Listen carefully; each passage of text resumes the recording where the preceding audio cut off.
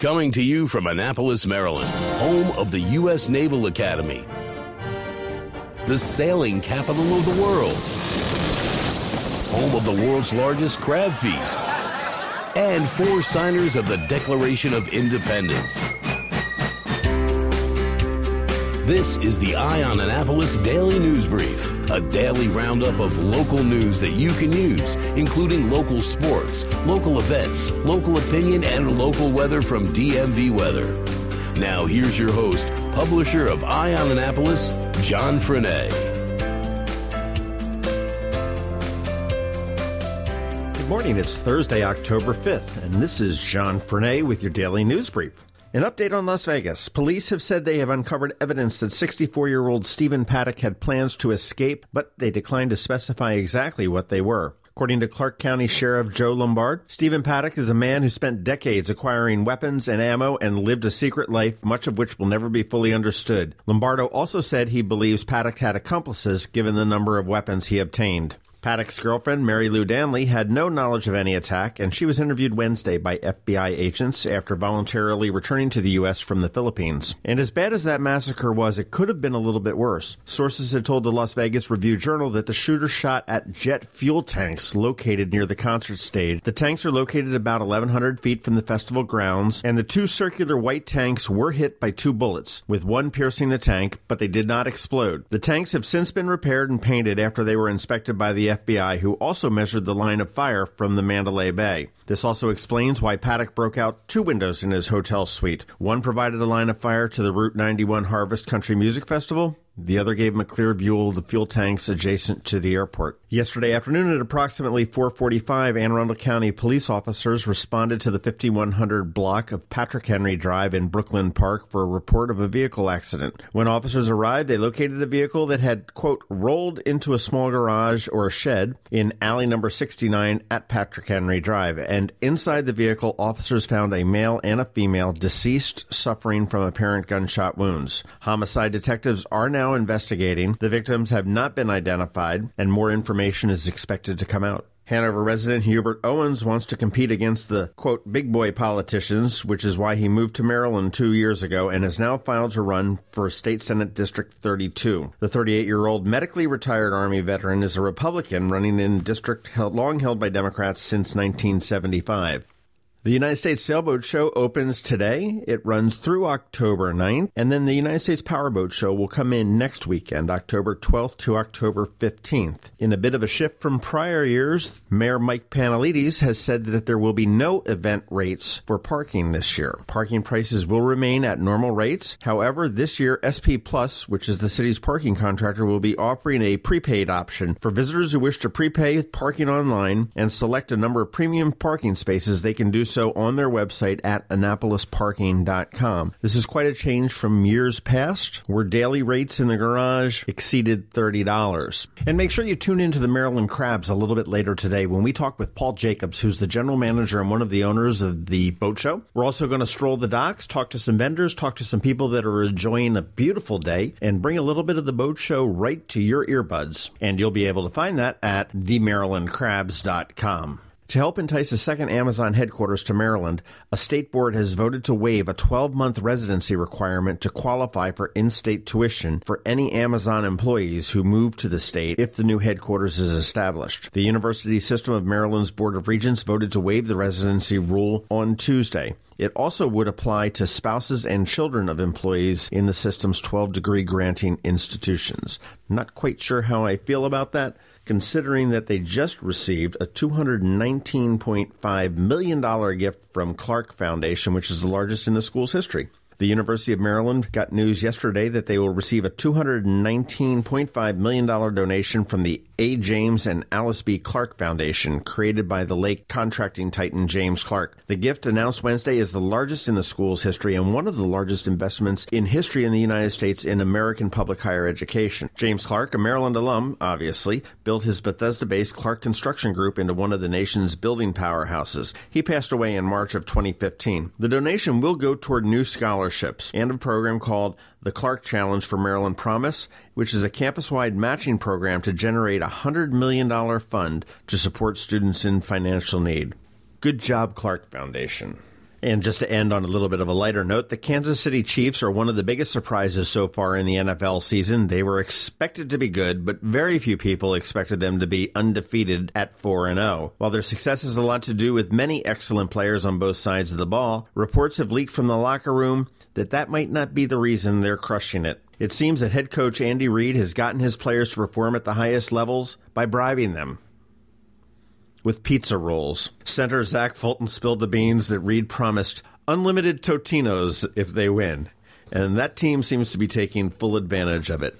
Who would have thought you needed to spend all that money when all it took was a couple Totinos? This is Maryland. The weather can be nearly unpredictable. We've got George Young from DMV Weather in Annapolis to sort it all out.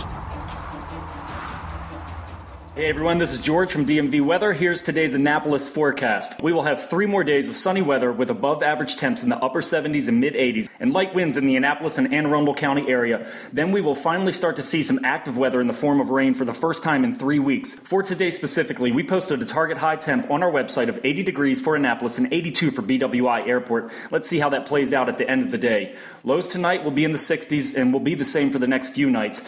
Looking ahead, a cold front will bring in some moisture late Saturday into Sunday, and then we will likely have to deal with the remnants of what will quickly become Tropical Storm and then Hurricane Nate in the Gulf of Mexico the next few days, which will bring much more needed rain to the area early to mid next week. Stay tuned for daily updates on this storm. Okay, that's it for us today. Be sure to download our free app by searching for DC MD VA Weather in your app store, and also be sure to follow us 24/7, 365 on our website at dmvweather.com or on social media via Twitter or Facebook. This is George Young of DMV Weather with your Annapolis forecast. Whatever the weather out there, have fun and be safe. The Eye on Annapolis Daily is possible in part because of the support of Ram's Head On Stage.